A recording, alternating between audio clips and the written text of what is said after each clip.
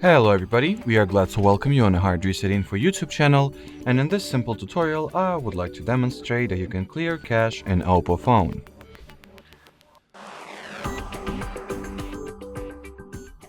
So in the older versions of Android, there was an option to enter the recovery mode and wipe the entire cache partition from there.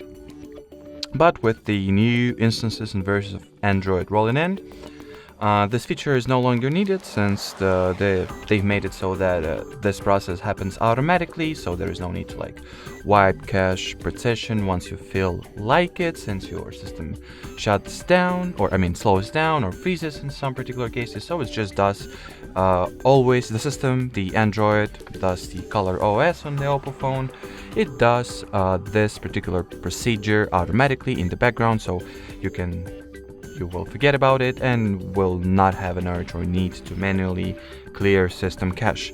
But well, there is still a manual way to clear cache, but not the system cache, rather the app cache.